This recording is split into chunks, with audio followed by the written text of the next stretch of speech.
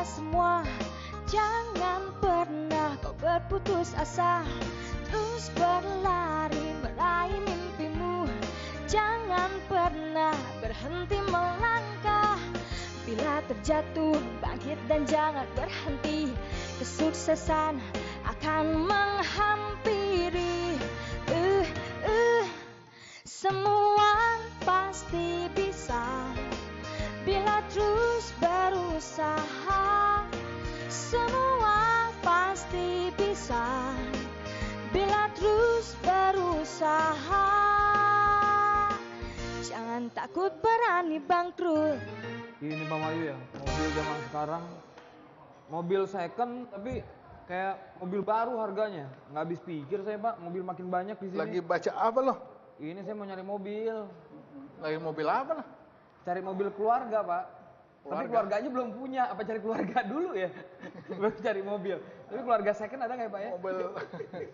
Mobil yang gede untuk keluarga, truk kali? Enggak, jangan. Truknya cuma buat bertiga orangnya. Oh, gitu. Ini buat mobil second lah, tapi yang harganya bagus. Wah, ini teman saya. Silakan duduk, silakan duduk, silakan duduk. Kebetulan kita lagi bicara mobil nih. Yang datang Bapak Michael Goh, Raja Bursa Mobil yang berlokasi di Mangga 2 Square. Kita saksikan dulu. Berani bangkrut. Pemirsa, saya Michael Goh, pendiri dan pengelola Raja Bursa Mobil Mangga 2 Square, pencetus bursa mobil yang dalam mall pertama di Indonesia.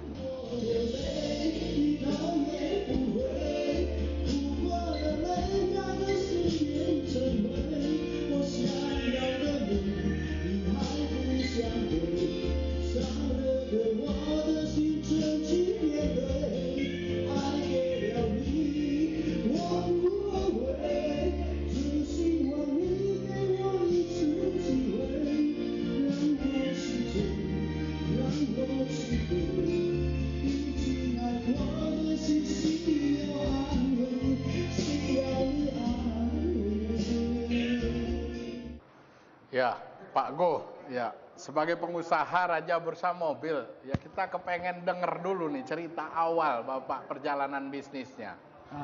Tapi sebentar. Ini saya bawain aja. Ya betul betul. Belum dimulai. Ya masukin dulu minum. Jadi mulai kapan Bapak? Saya mulai dari sekolah selesai SD kelas 6. Jadi waktu di Medan ya. SD di Medan jadi Bapak ya awal. SD kelas 6 itu setiap pulang sekolah itu saya sebelum kerja ke bengkel itu ya bagi-bagi koran. Selesai kelas 6 ya saya nggak lanjutin memang. Jadi ngurusin koran, ngurusin bengkel. Baru masuk ke bengkel. Tamat sekolah malah berhenti sekolahnya, gitu. Ya. Selesai SD ngambil ijazah, nah saya langsung masuk ke bengkel mobil khusus ganti oli waktu itu. Oh, bengkel mobil khusus ganti oli. Sebagai apa, Pak? Belajar ganti oli mesin mobil segala macam. Ya. Gitu. Berapa lama di sana? Cuma 3 bulan. Setelah 3 bulan saya akhirnya saya pindah lagi ke bengkel yang ada sporing balancingnya, ada komputernya segala macam. Komputer. Kenapa itu pindah? Saya kepingin yang sesuatu yang baru lagi. Oh, jadi 3 bulan itu saya cukup, udah bisa semua. Cukup. Saya rasa cuma begitu aja. Akhirnya saya keluar. Nah, saya ditarik ke Pekanbaru. Waktu 80-an itu orang buka ada satu bos yang buka bengkel di Pekanbaru, diserahin ke saya. Saya yang jadi kepala montir di situ. Dengan gaji saya masih ingat 250.000, 80-an itu. Tahun 80-an. 80-an itu. Ya, itu gaji BUMN pada saat itu. Sarjana lagi. Sebentar, mungkin ini menarik. Ini dia mulai bisnis, ya artinya terlibat dalam dunia kerja umur 12 tahun. Kemudian ya berhenti gelisah terus nih. Dan umur berapa? Sekitar 12-13 tahun udah pindah ke Pekanbaru. Iya. Meninggalkan orang tua. Gimana nih memandangnya Pak dosen? Jadi berlatar belakang dari kondisi ekonomi ya. Iya betul. Pak Michael ya. Betul. Kita tahu bahwa ada yang disebut sebagai street knowledge. Street knowledge itu adalah ilmu pengetahuan yang kita dapatkan dari aktivitas kita, keseharian kita. Seperti itu. Jadi saya melihat bahwa Pak Michael walaupun beliau ini lulus SD dan dari pendidikan formalnya agak tersiok-siok seperti itu ya. Namun dari sisi knowledge-nya tidak tertinggal. Jadi sekolahnya di jalanan. Sekolahnya di praktek nyata, di dunia praktek nyata begitu ya. Kalau di jalanan ketabrak mobil. Tapi sebenarnya menjelang umur 40 ini beliau ini mahasiswa. Cuma nanti kita bahas itu dulu nanti. Nah, terus ke Pekanbaru umur berapa kira-kira udah? Sekitar mungkin 14 sampai 15. Udah kepala mondir. Kepala Udah mondir. dipercaya mengelola. Sampai saya dipanggil OSIN waktu itu. Lagi ngetren film OSIN kan. Kerja keras katanya. Dipercaya mengelola ini. Iya, bengkel itu. Jadi sampai setahun itu akhirnya saya nggak betah juga karena panas Pekanbaru. Saya balik ke Medan lagi. Nah, saya cari lahan, kebetulan saya nggak punya modal. Nggak punya modal. Tapi cari lahan. Nggak punya modal mendatangi orang yang punya lahan besar. Betul. Umur belum 17. Betul. Jadi yang punya keberanian Medan benar itu. Nah, Buntel, lu denger kan? Dengar, Pak. Bisa jadi pengusaha tanpa modal. Luar biasa. Dan orang harus percaya kita. Itu yang pertama. Sangat menarik. Jangan kemana-mana dulu. Berani bangkrut. Semua pasti bisa mewujudkan mimpinya. Semua pasti bisa bila terus berusaha. Jangan takut berani bangkrut. Mewujudkan mimpinya. Semua pasti bisa bila terus berusaha. Jangan takut berani bangkrut. Masih bersama Berani Bangkrut dengan Pak Michael Go, Raja Bursa Mobil. Pak Michael Go, ini jadi sudah di titik nol tadi. Merenung dan kemudian Bapak ada kesadaran ke vihara ya? Iya. Vihara mana? Wihara Metakaruna, Pluit Mas. Di Pluit Mas. Pluit Mas ya. Wihara Metakaruna ya. Apa yang Bapak lakukan di situ? Jadi kebetulan waktu itu saya dengan teman, diajak teman ke satu restoran veggie. Kebetulan di situ malamnya ada acara wihara itu, mungkin acara umat lah. Nah di situ saya diundang, saya datang. Bapak sudah veggie waktu itu? Belum. Belum. Cuman sebulan 2 kali saya ikut veggie aja. Sudah ikut veggie. Nah, Kalau jadi sekarang sudah veggie? Total. Sudah total veggie. Dari 96 ya. Atau 96. Lalu? Nah setelah malam saya ke restoran yang di Jelambar itu, nah terus ada satu pengurus wihara, besok wihara ada sidang dharma 3 hari, mendengarkan ceramah selama 3 hari. Mau ikut nggak? Saya bilang boleh. Ada yang mengajak ya? Boleh. Saya bilang boleh. Dari pagi sampai jam 6. Oh nggak apa-apa. Nggak apa-apa, saya ikut. Saya bilang. Nah saya ikut 3 hari itu. Nah setelah saya mendengarkan ceramah-ceramah itu, saya inilah yang mau saya cari. Ada Inilah yang mau saya cari gitu loh. Akhirnya di situ selama di Medan saya itu semuanya salah sistem saya. Saya harus introspeksi. Saya harus kembali ke nol, baru saya bisa bangkit. Nah di situ saya langsung bantu di wihara. Kebetulan memang saya lagi nggak ada kerjaan, pemasukan juga nggak ada. Saya bantu wihara. Nah jadi wihara misalnya pandita mau ceramah kemana, Michael kamu jadi supir antarin pandita ke mana cabang-cabang wihara yang lain, boleh nggak apa-apa. Jadi mengabdi di wihara. Mengabdi malam. Jadi kalau pagi saya cari kerjaan.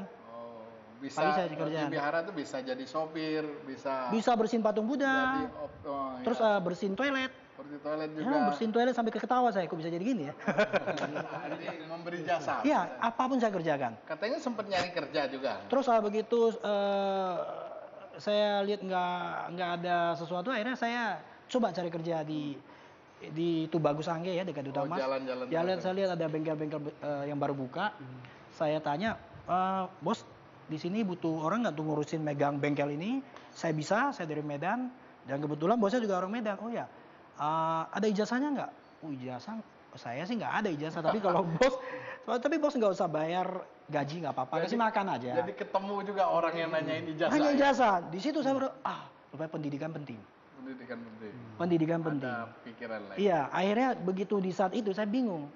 Rupanya selama ini saya pikir saya ahli, nggak ada apa-apanya. Begitu orang nanya, mana ijazah, nggak ada saya. Nah di situ saya, ya udah nggak apa-apa.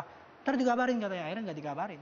Mentalitas ini terus diasah ya, diasah. Jadi ketika Pak Michael Kembali masuk ke spiritual, ya spiritual, Spiritual, mulai menemukan jati dirinya kembali. Ya. Nah, ketika menemukan jati diri, seseorang itu akan punya satu motivasi. Nah, motivasi yang kuat akan pencapaian kehidupannya. Jadi ada dorongan yang kuat dari Dorongan dalam ya. dari dorongan dari. Kemudian mulai ya titik temunya ternyata ya itu tadi SIM ya, kemudian berkenalan dengan teman-teman di Glodok dalam konteks dagang ya. Iya. Akhirnya dagang Dipercayakan. elektronik. Iya, dipercayakan. Meskipun saya nggak kenal dia, saya ngambil barang 100 juta, besoknya saya bayar, di situ mulai. Oh, jadi Nggak kenal. bisa sampai 100 juta konsinyasinya. Mulai terus. Berjualannya di Glodok. Saya ngambil, Supply juga ya. ngambil oper ke Supply satu, juga ya, ya, ke bukan toko-toko. ngecer ya. ke toko-toko, iya toko-toko gitu. Di toko-toko cash. Kasih utang juga, cuma mungkin kita kasih utangnya di sini seminggu, kita ngambilnya 2 minggu. Oh, jadi ada. Jadi nggak pakai modal juga, kepercayaan aja. Kepercayaannya Iya. luar biasa. Itu berlangsung berapa lama? Sampai 10 tahun itu. Sampai 10 tahun Nah, melakukan saya jalani elektronik itu. jalanin elektronik itu. Setelah menghasilkan, saya punya modal lagi. Terus saya beli rumah, beli kios ya. Terus Sebentar masukin. dulu, itu 10 tahun di elektronik tadi sempat punya kios atau sempat punya kantor? Atau Enggak. menjalani aja Saya jalan jalani aja? seperti itu, modalnya cuma HP aja. Cuma HP aja. Jadi Dan si cuma- bos juga nggak tahu rumah saya di mana itu. Dan jadi cuma kos saja pada saat itu juga. Iya, di kos aja. Kantornya di kos. Dan orang percaya. Percaya. Saya bayar besok, nggak pernah meleset. Padahal Pak ini bisa hilang begitu Bisa, saja kan? bisa, Dan orang bisa. nggak tahu. Bisa. Ya, jadi di situ saya mulai. Di situ saya mulai punya modal, saya beli kios di Mangga 2. Terus modalin ke temen satu showroom di Kemayoran. Oh, jadi beli Jual beli kios mobil. yang di Mangga 2 dibuka, sempat buka. Kios itu hanya untuk invest saja. Untuk itu aja karena ada uang ya. Invest, ya, invest saja, modalin temen showroom di Kemayoran. Showroom teman di Pekalongan, showroom apa itu? Showroomnya waktu itu kayaknya udah tutup sekarang dia. Mobil maksudnya? Showroom mobil, Oh, ya. Di Kemayoran. Auto Kemayoran dulu ya? Di pasar mobil Kemayoran. Nah, sekarang udah nggak ada lagi. Udah nggak ada, tutup dia. Ya. Oh, jadi Nggak, mulai dari si showroom teman itu udah tutup. Oh, Ya. Kenapa? Itu karena temennya atau karena mobilnya kemudian atau karena latar belakang enggak, bengkel? karena saya latar belakang kan di Bengkel. mobil. Jual beli mobil juga dulu di Medan. Itu bukan itu teman Medan juga. Enggak, kenal di Jakarta. Karena Jakarta, tapi dia main mobil. Ya, dia kurang modal, dia cerita ke saya saya turunin modal, untung bagi 2 aja gitu aja. Jalan normal itu. pada Jalan. saat- Nah, normal. begitu jalan, kebetulan kios yang saya beli di Mangga 2 itu, ya, kios gedungnya juga sepi. Mm. Nah, sepi, yang ya direksi gedung sama teman-teman, nah, coba kira-kira Ko Michael ada nggak ide untuk ngeramein gedung ini, gedung mall itu? Jadi disitulah mulai Muncul saya idenya. ya. Gitu. Bursa mobil di Saya dalam bursa mall. mobil dalam mall itu. Udah gitu. nggak nyampe lagi ilmu lu segini. Udah lewat lagi. Jangan kemana-mana. Ya. Masih di Berani Bangkrut. Semua pasti bisa mewujudkan mimpinya. Semua pasti bisa bila terus berusaha. Jangan takut berani bangkrut. Semua pasti bisa mewujudkan mimpinya. Semua pasti bisa bila terus berusaha. Jangan takut berani bangkrut. Masih di Berani Bangkrut bersama Raja Bursa Mobil, Michael Go. Pak Michael, Ya. jadi setelah buka bursa mobil dan sukses, justru sekolah lagi. Pendidikan penting. Kenapa jadi terpikir itu? Pertama untuk anak saya juga. Untuk anak Untuk mereka jangan, untuk memotivasi mereka untuk bapaknya aja sekolah. sekolah. Kemudian pengalaman tadi ya, Ya betul. pengalaman ditolak orang, ditanya ijazah. Begitu cari kerja, karena begitu cari kerja orang masih nanya ada ijazah nggak, itu penting. Walaupun nggak harus nyari kerja lagi kan. Ini tadinya udah ngerasa ahli ya. Jadi apa paket B dong mulainya? Ya B, C, sekarang UT. Udah UT. UT. Berapa lama? Di mana? universitas terbuka. Enggak, paket B dapat C-nya. Di Senen. Senen. Sekolah Senen sana. Ya. Jadi dari Mangga 2 ke Senen tiap sore gitu ya, luar biasa. Ya, ya. Bagus. Dekat sih, dekat. Dekat ya.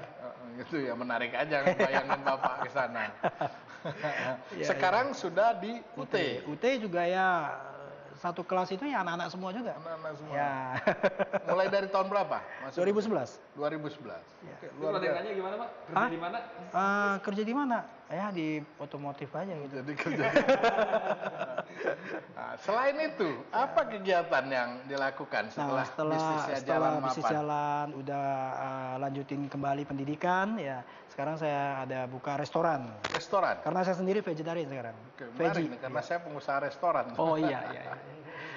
Restoran apa? Jadi saya sendiri veggie, saya merasakan veggie itu bagus buat kesehatan. Bapak vegetarian. Saya buka restoran vegetarian, dan saya lihat sekarang restoran vegetarian itu kan lebih ke agama, atau orang anggap itu kalau veggie itu orang tua. Nah akhirnya saya buka satu resto namanya Go Veggie, resto vegetarian di Muara Karang dengan konsep gaya hidup sehat dengan seni dipaduin. Jadi Bapak membalikkan persepsi orang bahwa restoran vegetarian untuk para tua. Orang tua atau hanya agama tertentu gitu. Jadi sekarang yang umum dan ngetren ya. Betul. Untuk anak muda juga. Ya, di mana tadi di tempatnya? Muara Karang. Di Muara Karang. Namanya? Go Veggie. Go Veggie. Go Veggie. Itu konsepnya ada apa? Di dalamnya apa? Makanan aja? Di dalamnya itu ada sabu-sabu. Ada sabu-sabu. Ada Chinese food ala Hong Kong. Ala Hong Kong. Kokinya juga orang Hong Kong. Kokinya orang Hong Kong. Jadi resto vegetarian modern. Modern. Di bawahnya itu modelnya minimalis. Lantai 2-nya untuk tapping atau untuk shooting dari komunitas. Kebetulan saya ada bentuk komunitas penyanyi Mandarin Indonesia. Oh, jadi setelah restoran Peggy yang gaul tadi ya, dalam tanda petik, Ya. membuka ada komunitas. Ya, lantai 3 sekretariat. Lantai 3 kita. Lantai 3 Komunitas sekretariat. apa tadi? Komunitas penyanyi Mandarin Indonesia. Jadi mengumpulkan penyanyi. Penyanyi. Dan Mandarin. Iya, betul. Sebenarnya hobi Bapak apa sih? Saya hobinya sih musik, olahraga juga. Olahraga juga. Olahraga apa, Pak? Ya, tenis, berenang. Ya. Kalau main alat musik juga? Saya bisa ngeset aja sama vokalis. Sama vokalis. Jadi kalau kita ngumpul itu saya vokalis. Jadi gimana Pak dosen? Iya, kita bisa belajar dari Pak Michael ini bahwa bagaimana Pak Michael dari pengalaman up and down-nya dalam bisnis tadi, ya. Terus selanjutnya Pak Michael di puncak keberhasilannya dalam bisnis juga berpikir bahwa sekolah itu penting. Dan tadi motivasinya adalah sekolah itu penting untuk memberikan contoh kepada anaknya. Dan ini saya kira merupakan satu yang baik yang ada berangkat dari perjalanan sukses Pak Michael dalam berbisnis tadi itu. Dari paket B lagi ya. Paket B, paket kejar paket B ya, dan C ya, seperti itu. Dan tidak semua orang melakukan itu, kenapa? Karena biasanya mereka terbentur dengan gengsi. Kesibukan, biasanya gengsi yang paling besar. Penghambat itu, kok saya sudah sukses, buat apa? Gitu ya. Harus ke pasar Senen, harus berkumpul dan melakukan sesuatu yang mungkin berpikir saya sudah nggak perlu lagi sebetulnya ini, seperti itu. Ya. Dan selanjutnya juga tadi kita juga mendengarkan bahwa Pak Michael melakukan bisnis buka restoran itu basisnya adalah karena sekarang punya satu kebiasaan yang baik untuk vegetarian, ya, dan ingin pola hidup sehat. Pola hidup sehat, ya, pola hidup. Jadi apalagi yang masih dibayangkan, Pak? Sebenarnya kalau cita-cita itu sih banyak sih. Banyak ya. Ya kepengen punya satu sekolahan, punya rumah sakit, panti jompo, ya, ke arah pengabdian ya kepada masyarakat. Ya, udah dengar kan? Udah. Jadi perjalanan di ujung juga mengabdi untuk sesama dan lain-lain. Pemirsa, kita sudah menyaksikan banyak, mendengar banyak mengenai sukses dari Raja Bursa Mobil yang berlokasi di Mangga 2 Square. Semoga bisa memberikan inspirasi kepada Anda. Terima kasih, berani bangkrut, siapa takut.